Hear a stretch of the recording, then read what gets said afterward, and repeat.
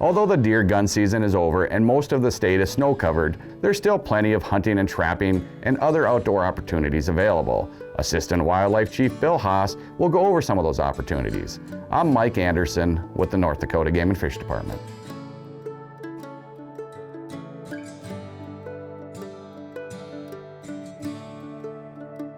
Bill, let's talk late season pheasant hunting first. This year, we have a fair amount of snow on the ground in certain places around the state, so it becomes pretty challenging. And so depending where you're at, there can be some great opportunities or some very challenging opportunities. And you may just not be able to hunt all day. Maybe if you pick a certain area and target that area and then call it a day. Yeah, I think that's probably most realistic, because if you go out and walk through thigh-deep snow for very long, you can only do it for so long. The dogs can only last so long. It's cold. You have to prepare for it. Usually a hunt will be a couple hours for most people, and then call it a day. Bill, that season, not only for pheasants, but grouse, partridge, closes January 1st, 2023. Right. So we still have about a month left. Yeah, there's plenty of time left, although outside it feels like the dead of winter, at least right now here in Bismarck where we're at. But yeah, there's a lot of time left, and our pheasant numbers are doing pretty well. They're up around 10% from last year, so not at those historic highs that we had, but there's certainly plenty of opportunities out there. And northwest part of the state, the pheasant and upland game numbers are doing exceptionally well up there, so there's certainly plenty of opportunity up there. They up till this point when we're taping, they haven't had as much snow as well. So, Bill, I've been out quite a bit this fall. I've seen a lot of grouse. Grouse season's open as well. Right, yeah, they can be pretty tough to get close to late season.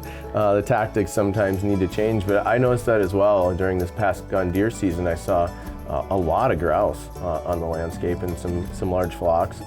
Let's move into waterfowl. There are some late season opportunities for waterfowl as well. Right, there is, and that can be also pretty fun. Of course, a lot of the state freezes over, but we have locations like Nelson Lake, the Missouri River system, that do stay open late into the year. So check the regulations for where you're at, and there's different closing dates, but along the Missouri River system goes till the end of the year. And geese aren't always here till then. It just depends on the year, how cold it gets, how much snow, but certainly an opportunity that people like to take advantage of, and it can be really fun. There are also some mallards that stick around late, and sometimes you can find those, and that's a great experience as well. Does the snow cover affect late season water, especially goose hunting? Yeah, it really can. It's really the access into the fields, because late season we're talking field hunting. Typically not as much water hunting as earlier in the year when people are hunting sloughs and those type of things. So we're talking field hunting. And then also when the depth of snow gets too deep, then geese tend to want to move on as well, and so we don't have as many numbers, and then access into those fields with the pickup truck can become difficult. And so the more snow we get, the colder it gets, they start to move through a little sooner.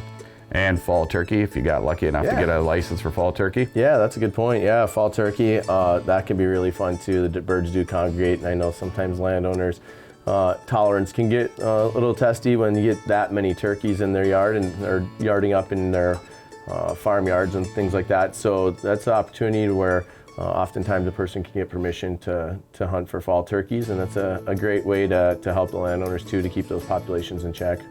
A lot of people archery hunt or deer bow hunt, and that season's still open as well. Right, that is as well, yeah. So there's a lot of seasons when we start to go through it, and a lot of opportunities for people as well. And late season bow hunting can be a lot of fun, especially you can find the day where, it's funny how early in the fall you're thinking 30 degrees is freezing, but you get to 30 degrees in December, like, geez, this is a nice day, I gotta get out there. And a lot of people are using ground blinds just to stay warm, but certainly can, sit on the ground or a tree stand or anything like that. But there's a lot of good opportunities. Of course, the deer tend to congregate, especially the way it appears our winter's starting early. It gives a lot more opportunity for success too with that late season bow hunting opportunity. Bill, fur bears. Let's talk fur bears. It's coyotes. Coyotes. I don't know what you saw, but this past gun season, I saw a lot of coyotes. I don't know if that's what you saw as well. Yeah, absolutely. Yep. Yeah, and I heard a lot, and then I've heard that from some landowners, and same thing. That's a great opportunity for somebody that wants to get out. Unfortunately, the fur prices aren't what they were in past years, but for those people that like to get out there and recreate, or maybe you want to tan some for yourself, or whatever, that's a great opportunity. And then also along with the hunting, you can go out calling or whatever to hunt, but there's also opportunities to set cable devices or snares for them. Of course, when the snow gets deep, that can become sometimes pretty challenging, but there is, different parts of the state, there'll be a lot of opportunity for snaring coyotes as well. Sure, and trapping. Or trapping, yep. Trapping can become pretty difficult when you have a lot of snow and checking them and freezing, but certainly is an option. Season's open, and in different parts of the state, it appears that we have a varying amount of snow depth across the state, so conditions are going to vary greatly. Bill, some people target mountain lions.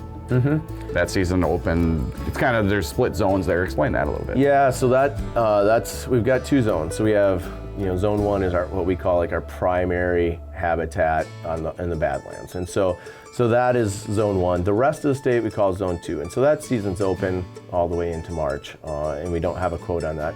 Zone 1, we do have a quota, and so we recommend, or we tell people, check our website, that's up to date, to let you fill in, you can check that to see, where we're at with the quota. Squirrels and rabbits. Yeah. People actually target squirrels and rabbits a lot in the wintertime. Yeah, especially rabbits. It's not as common for people to target them, but for folks that are interested, it appears the cottontail rabbit population is doing pretty well this year. And then there certainly is squirrels too, and seem to be doing well for the folks that like to go out and harvest something different. It's just something different to go after.